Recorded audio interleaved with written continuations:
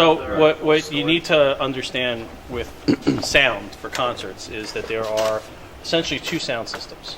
There's the sound system of what the people out in the audience hear, Right. and then there's the sound that the band hears. Right. And it's generally two completely different things. Oh, look at that. So you have a sound engineer out in front mixing for house sound. You have a sound engineer back here mixing monitors. Each band member needs something different. Right. You know, whether it's themselves or the drummer or something. Right. So this console here, a Venue SC48, we own this. This goes back and forth between being a front of house console or a monitor console. As you can see, it does its own little light show. Because the sound guys, you see, nobody cares about sound that much. Yeah, I know. Nobody goes to hear a show; they go to see a show. So the sound guys have to put all kinds of stupid stuff into their boards because they need to try and one-up us lighting guys. But in any case, so right now we've been keeping this back here for monitors. We have another board that we use. We'll put out in front of house, or they'll bring in, bands will bring in. But this does both things. Sometimes we rent another one of these if we need to. But Dennis is the man. Dennis is our head sound engineer and knows a lot more about this stuff than I do. I hope so. Okay, fine. So what was happening? Was it just the whole system was warming up or something? Is that what all that was just now? They call it Vegas mode because it looks like you've got a slot machine in front Sure, of you. yeah. But it's a way to test to make sure every light and every fader and every knob is working. Okay. So you run that when you first start up the board, and it just verifies that everything is okay. Oh, that's a great idea. Okay. And then it all stopped in certain spots. So is this just like the lights? This is pre-programmed, say, This is pre-programmed. for the Lords or for, I'm sorry, you said this is a Lord show right here? Yep. Okay. And it says this also does scenes like the front of house board does, but we don't know, and we don't need to pre-program scenes for a concert unless we know something's going to radically change. Okay. But we have the capability to do that. The only part of this that's a little funny is that not all the inputs can fit here, or we'd have to have a board that was 4 times longer than this. Okay. So you page through them, and this is 1 through 32, and just 16 at a time. Right, that's what I was going to ask. So every time you hit that button there, is that for each song? Is that what you're doing there? No. Am I misunderstanding? Like right now, I've got all the drums here, Okay. and bass and guitars here, and then on this, it's like a different page. On this page, I got Got the it. acoustic guitar, Got the it. sax, Okay. the trumpets, and all the vocals are over here. And this is, that's, so that would be the same mix going to all the monitors? No, everyone is different. Right. So how do you, so same thing, it would just be hitting another page? Well, yeah. Like for based on, say, what Richie wants as compared to Liberty wants? Here are the mixes. So if I want to see what Richie wants, I just hit that button. Oh, okay. And then all the stuff he has in his monitors would come up over here. But this wasn't programmed for the monitor board, so. Right. But that's So, right, so if you have Richie's out there and he looks over at you and he's pointing at the mic, he says, I want it up. So you would hit, if Richie was mix We one, find you would hit Richie- that? Exactly. And then, okay. And then we find his vocal mic over here, and we'll bring that up. Do they drive you crazy? Do you get a lot of that during the show? Yeah. But that's typical. Oh, yeah? Because as they play, they get a little bit louder, so they need to hear a little bit more so they can hear themselves. Otherwise, it doesn't sound right. Sure. It's almost more important for them to hear what they need to hear on stage than it is for the audience to hear. Yep. Because if they don't hear it right, they're not going to play right or sing right. And mentioning the Beatles, I mean, they didn't have that back then. They didn't have anything, right? They did? They did, but it was very There was nothing. rudimentary. Yeah. It was just like Because I've heard Ringo say he would just look to see what the guys are singing to know where he was supposed to be. Well, the Beatles also hated playing live because the crowds were so loud that they couldn't. Right, they couldn't hear the themselves. amplification couldn't be louder than the crowds. Right. So I can only imagine if the crowd can't hear, they certainly couldn't hear on stage either. Right. You notice with the monitor engineers that they're always on the side of the stage because they always need to be line of sight. Right. So they need to be able to see the monitor engineer and know there's hand signals and all kinds of different things. Especially if it's somebody that's an engineer that's on tour with a band, they could just look and know. Right. Yeah, I would think they'd have some kind of synergy if they travel with them. But what does a guy like David Clark do? Because his back is to you the whole time. So How does that work? Does he He'll just wing lean it. back and yell? Just wing it? Sometimes. Who cares yeah. about him? He'll try. Most of the time, Dave is good. He's got in-ear monitors now. So Oh, okay. he can pretty much stick with what he's got and never have to change it because he hears exactly what he needs to hear, which is his voice and the piano. So, and now what's the difference? But why? Why? Because if you're listening to a speaker on the floor pointed at you, Yeah. and all of a sudden Liberty starts playing like he usually does, like he's trying to kill the drums, it's going to get loud and you can't hear yourself anymore, as opposed to a quiet song where you can hear yourself just fine. So it varies quite a bit depending on the song they're playing. And as the night goes on, they play louder and louder generally, so everything needs to be a little bit louder. Okay. But if it's in your ears, it blocks out whatever's happening on the stage, Okay. and you can just hear yourself fine. And do you control that too, or is that Whoever's running monitors has a separate mix for the ears. has a separate mix for the ears? Okay. Yep. There are some nights, bands that don't have in-ears and they're just using monitors and side fills. There are some nights that the volume on stage is louder than the volume in the house. Oh, no kidding. Oh, yeah. Oh, wow. And Wow. And that's when you usually will start hearing feedback. Okay. Because what we're doing is we're trying to, especially like with the Lords, because Liberty's blasting everybody off the stage, Right. that we have to start bringing up the volume out in the house to compensate because there's so much sound. I mean, we've literally Right. some nights shut the sound off in the room just to see how, and it is Yeah. just You can pouring just off hear. the stage. Well, yeah, and I would think, right, I was about to say that. I would think it's either bouncing off, right, or just No, it's just bleeding out there? it's just flying right off right the out. stage. It's Yeah. not You've got bouncing. guitar amps pointed Yeah. at the audience. Yeah. You've got the drums shooting right out into the audience. And they can hear everything in the front row way differently than the people way in the back.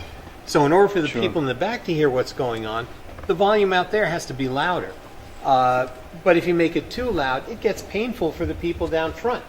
So it's a balancing act. There's one artist who will remain nameless whose guitar sound is so loud that it can literally blow you through the back wall. Wow. So that was pretty loud. Snoop Dogg was another one where he had so much amplification on stage, Really? side fill amplification on like a wall of speakers on each side of the stage that I could stand in Dunkin' Donuts across the street and hear the sound check and feel it coming from the low end, coming up through the ground because it was so loud on stage. But the flip side of that is because of in-ear monitors, a lot of the bands travel with that. So you could walk out on the stage, and because a lot of the equipment is electronic now too, so the guitars, the bass, it just goes into a processor and goes out the main PA. You could walk out on the stage, and all you will hear is nothing but maybe the drums. And you don't even hear the singer. It's just it's like it is almost silent. A lot of on guys, stage. do they have an app now or something? I see a lot of guys during sound check, they'll mess with their phones. Depending on the board, some boards these days, each person can control their own mix, right from an app on their iPhone or iPad.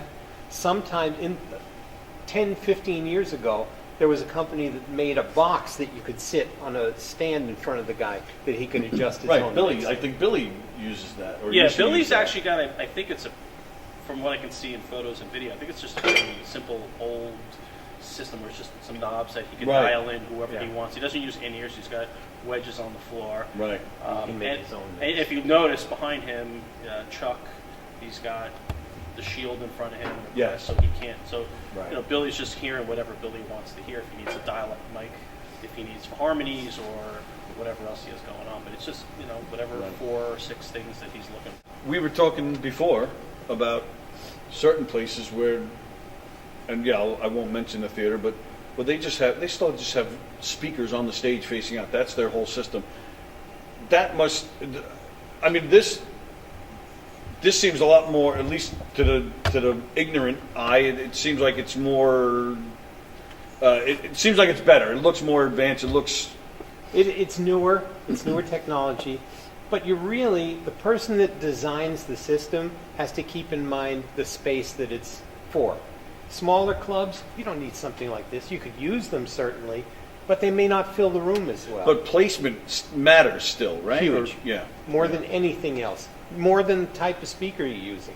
The Right. placement is more important. And you need to, these are nice, they're called line arrays, and what they do better than any other system is they make it sound the same no matter where you are in the room. Right.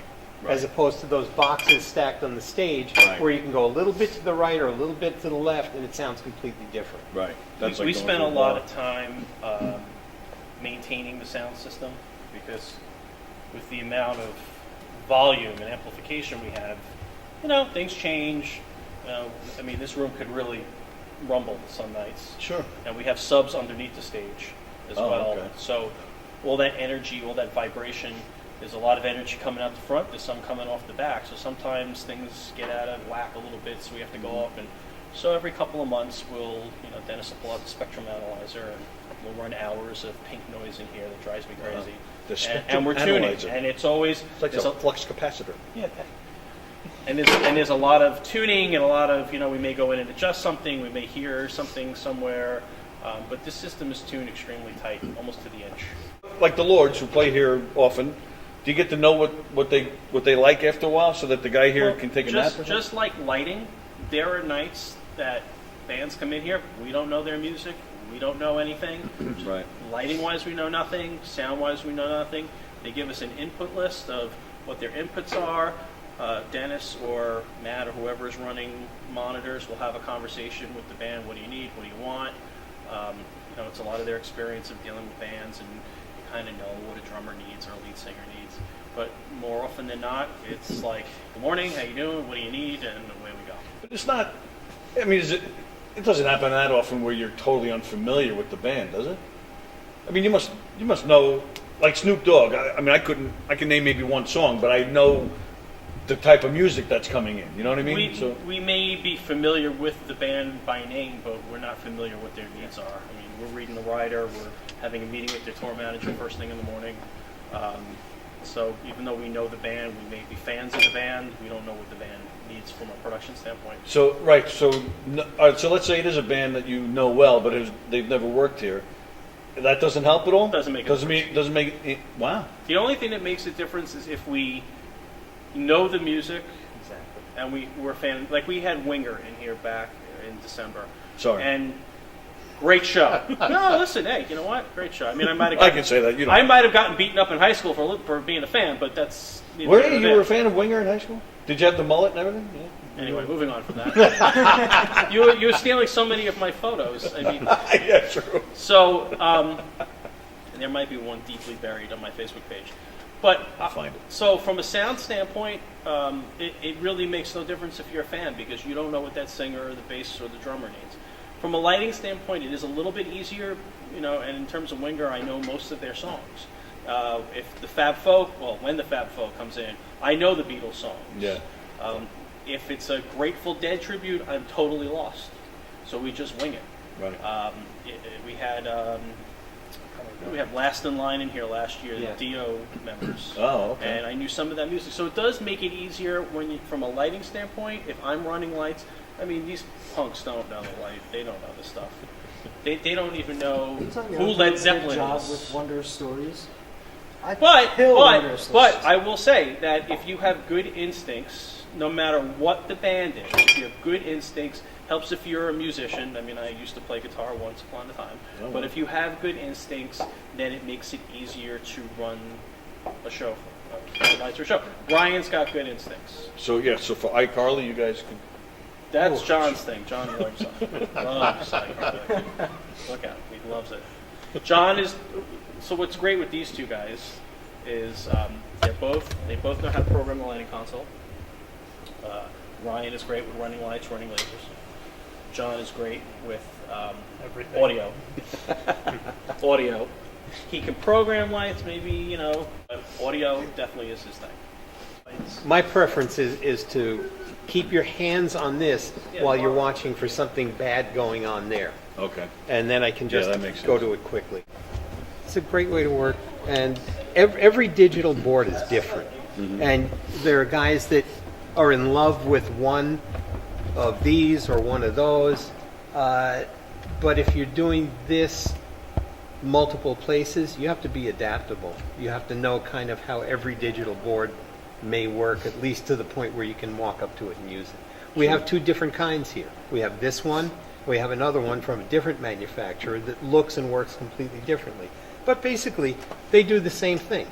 Sure. If you can do this on an old-style analog board, you can do it on a digital board. Sometimes it's easier, sometimes it's harder.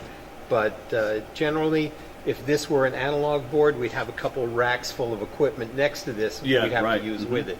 Yeah. This, it's all built in. So don't fuck with the sound guy. Well, in the old days, a guy would take a picture with a Polaroid camera of the board so that you could reset it to that if anything changed. Sure. Don't have to do that Yeah, anymore. right. This is a good thing. And flame shoot out if you're lucky. I freaked somebody out one time. Oh, I'm in sound man. But that only worked once.